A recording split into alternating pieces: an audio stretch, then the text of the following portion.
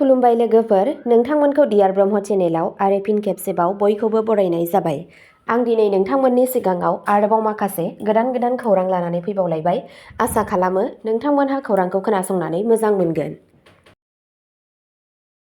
गिबि खौराङावनो दङ क'क्राझाराव 11,583 PMAYG गनायथि मोन्दों। गामियारि न' जौगाथायनि फारसे मोनसे गेदेर आगानाव 11,583 मुलाम्फा मोनग्राफोरा क'क्राझाराव प्रधानमन्त्री आवास यजना ग्रामीण PMAYG नि सिङाव गनायथि लाइजाम मोन्दोंमोन। राननाय हाबाफारिखौ थिथागुरियाव थानाय क'क्राझार महकुमा जौगाखां मावख'आव खुंफुंनाय जादोंमोन आरो बेखौ BTCनि मावफुं सोद्रोमा प्रमद बर'आ दैदेनदोंमोन। पन्चायत आरो गामि जौगाखां बिफानजों खुंजानाय बे हाबाफारियाव आसामनि गिबि मन्थ्रि डक्टर हिमन्त बिश्व शर्माया बाहागो लादोंमोन, जाय गासै रायजोआवनो PMAYG न' बिथांखिखौ भार्चुएलि बेखेवदोंमोन। बे बिथांखिनि थांखिया गामियारि नखरफोरनो अरायथा न' होनाय, रांखान्थियारि लोरबां थाखोनि थाखाय साबसिन थानायनि थासारिखौ रोखा खालामनाय। बेजों लोगोसे प्रमद बर'आबो गामियारि बिथायारि सानज'थाइखौ जौगाहोनो थाखाय BTC खुंथायनि रादाय होनायखौ रोखा खालामनानै BTRआव बे थांखिखौ जागायदोंमोन। बे हाबाफारियाव BTCनि मावफुं सोद्रोमा अरुप कुमार दे आरो नीलुत स्वर्गियारीजों लोगोसे गोबां सोरखारि मावख'गिरिफोरा बाहागो लादोंमोन। फोरबोआव नुजाथिनाय मावख'गिरिफोरा बयनिबो थाखाय न'नि थांखिखौ मोनफुंनो आरो गामियारि नखरफोरनि थाखाय जिउनि गुनखौ साबसिन खालामनायाव बिथांखिनि गोनांथिनि सायाव गोसो होदोंमोन।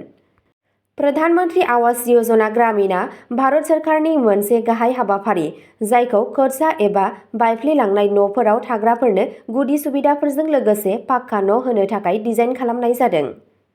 बे गनायथिफोरखौ राननायजों आसाम आरो BTRनि रोजा रोजा नखरफोरा मुलाम्फा जानो थांगासिनो दं, जाय रायजोनि गामियारि जौगाथायनि नाजानायाव आरोबाव मोनसे आगानसे आवगायदों।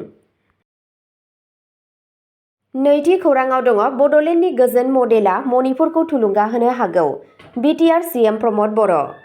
खौरां बिजोंजों मोनसे जर'खा मोगा-मोगियाव BTRनि गाहाय मावफुं सोद्रोमा प्रमद बर'आ गोजोन, खुंथाय आरो जौगाथायनि सायाव सावरायदोंमोन। बड'लेण्डनि बाजेट आरो बड'लेण्ड गोजोन गोरोबथानि बागै जिंगासिनायफोरखौ बिबुंसार होदोंमोन। गोजोन आरो दावराव-दावसि थांखिनि सायाव बर'आ गोख्रोङै बुंदोंमोन दि दावराव-दावसि सुस्रांनाया दावगानायनि गुबै बाथ्रा आरो दैदेनगिरिफोरखौ गोजोन नाजानायाव गोसो होनो खावलायदोंमोन। मणिपुरनि आंखालनि सोमोन्दै बिथाङा बुंदोंमोन दि दावहा नांग्रा हारिफोरा सोरखारनि आखाय होनायखौ आसा खालामनायनि सिगां गोरोबलायनायनि फारसे गिबि आगान लानांगोन। बिसायख'थि आरो जौगाथायनि सायाव बिसायख'थिनि सानखांनायखौ नेवसिनानै बिथाङा बुंदोंमोन, आं समाजनि थाखाय खामानि मावो, बिसायख'थिनि थाखाय नङा। बड'लेण्ड गोजोन गोरोबथा आरो बाजेट दानख'नायनि सायाव बर'आ रोखा खालामदोंमोन दि गोजोन गोरोबथाया 82% मावफुंजादों आरो दावगागासिनो दं। बिथाङा बाजेट दानख'नायनि खौरांफोरखौ नेवसिदोंमोन आरो रोखा खालामदोंमोन दि बड'लेण्डनि 400 कौटि DPRआ गनायथि मोनबाय। बिथांनि बिबुंथिफोरा बड'लेण्डआव गोजोन, रोखाथि आरो जौगानायनि थाखाय रादाय होनायखौ गोख्रों खालामदोंमोन।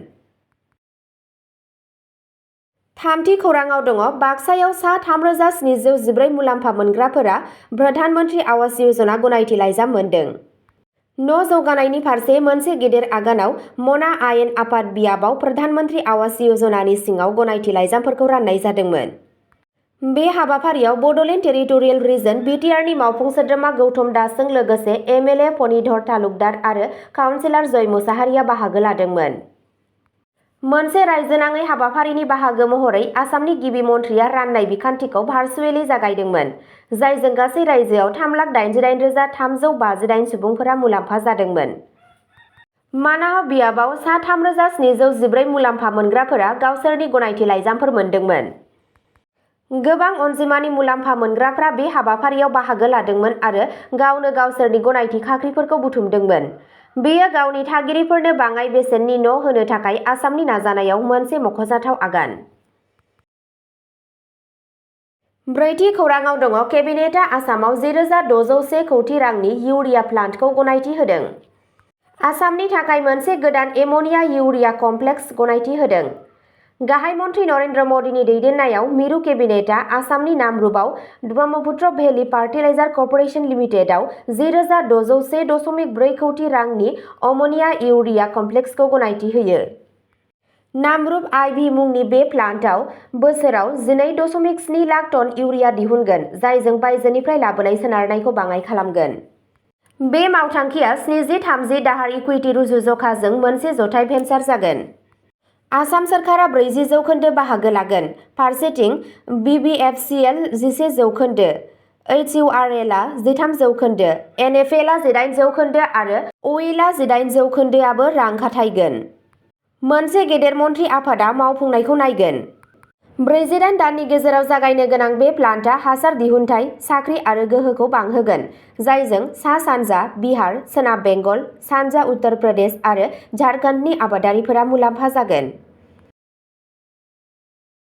बाथि खौरांआव दङ पक्स' आयेननि सिङाव दायनिगिरि सासे खैदिया क'क्राझार जोबथेसालिनिफ्राय खारखोमालांदों।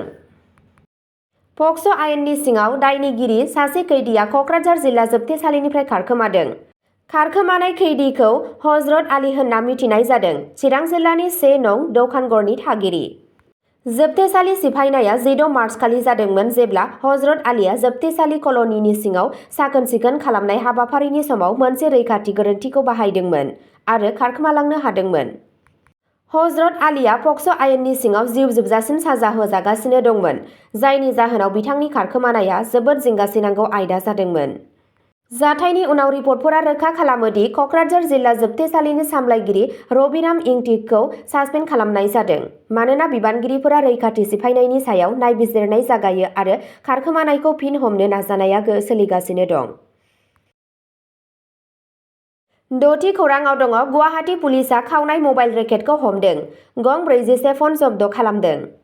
मबाइल फन खावनायनि सायाव मोनसे गिदिर सिग्रोमनायाव सान्थमारि पुलिसआ गुवाहाटीनि लक टकिया ओनसोलाव गोख्रों अपारेशन जागायदोंमोन, जायनि जाहोनाव गं 41 खावनाय मबाइल फनफोरखौ जब्द खालामनो हादोंमोन।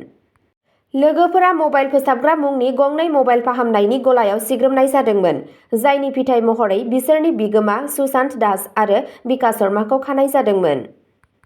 बे अपारेशनखौ गिबियाव खावनाय गंसे मबाइल फनखौ नागिरनो थाखाय जागायनाय जादोंमोन। बबेखानि नायबिजिरनायनि उनाव पुलिसआ खावनाय मबाइल फनफोरखौ आयेन बेरेखायै बायनाय आरो फानफिननायजों लोब्बा थानाय मोनसे गिदिर रेकेटखौ बोखांनो हादोंमोन।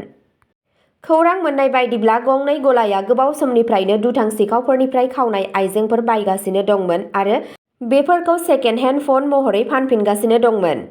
सिग्रोमनायनि उनाव गंनै गलानिफ्राय गासै 41 खावनाय मबाइल फन बोखांनो हायो।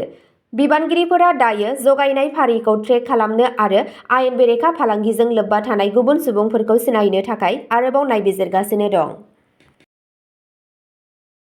7थि खौरांआव दङ PM आवास यजनाया काजलगावआव मुलाम्फा मोनग्राफोरनि गेजेराव गनायथि लाइजाम रानदों।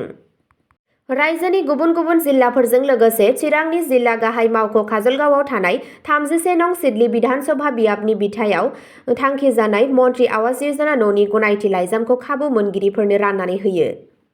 रायखांनो गोनांदि गिबि मन्त्रि डक्टर हिमन्त बिश्व शर्माया कामरुप जिल्लानि पलासबारिनिफ्राय प्रधानमन्त्रि आवास यजनानि गनायथि लाइजामखौ भार्चुवेलि रानदोंमोन। बेनि उनाव जिल्ला गामियारि जौगाखां बिफाननि दैदेननायाव आरो चिरां जिल्ला खुंथायनि हेफाजाबाव काजलगावनि पेरेड ग्राउन्डआव सिडली बिधानसभा बियाबनि बिथायाव गासै 1279 मुलाम्फायारिफोरनो प्रधानमन्त्रि आवास यजनानि गनायथि लाइजाम राननाय जायो। MLA निर्मल कुमार ब्रह्म, जिल्ला कमिशनार जतिन बरा, जिल्ला गामियारि जौगाखां मावथांखि मावख'गिरि आरो उफ्रा कमिशनार जुगा किशोर राजबंशी, TCLCनि आफादगिरि मौथि ब्रह्म हाज'वारि आरो गुबुनफोरजों लोगोसे गोबां अनजिमानि सुबुंफोरनि नुजाथिनायाव गनायथि लाइजामफोरखौ नेमखान्थि बायदियै मुलाम्फा मोनग्राफोरनि गेजेराव राननाय जादोंमोन। बे मेलाव सिडलीनि MLA निर्मल कुमार ब्रह्मआ बुङो दि थांनाय समफोराव गामि ओनसोलाव प्रधानमन्त्रि आवास यजनानि सिङाव न' लुबाय थानाय समाव गोबां VCDC ओनसोलफोराव माखासे दावराव-दावसि जानायनि अजद सिखांदोंमोन।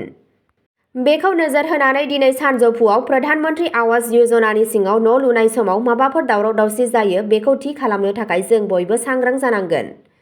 MLA ब्रह्मआ बे बिथांखिनि मुङाव रां बियोब्ला बेनिफिसियारिफोरखौ जायखिजाया सुबुंनि बेरेखायै अजद होनो खावलायदों। जिल्ला कमिशनार जतिन बराया बुंदों दि चिरां जिल्लाजों लोगोसे सा 3191 मुलाम्फायारिफोरा प्रधानमन्त्रि आवास यजनानि सिङाव न' मोनगोन आरो बेनि सिडली बियाबाव बिजनि बियाबनि बेनिफिसियारिफोरनो गं 1279 खाबु मोनगोन। अब्ला दिनैनि खौराङा एसेनोसै। नोंथांमोनहा जुदि सोरबाफोर सानसेनि फानजामुथि नायनानै मोजां मोनो अब्ला स्क्रिनाव होनाय चेनेल बड' इनफ' पइन्टआव थांनानै नायहैनो हागोन। चेनेलनि लिंकखौ डिस्क्रिप्शनावनो होनाय जादों। गोजोन्थों।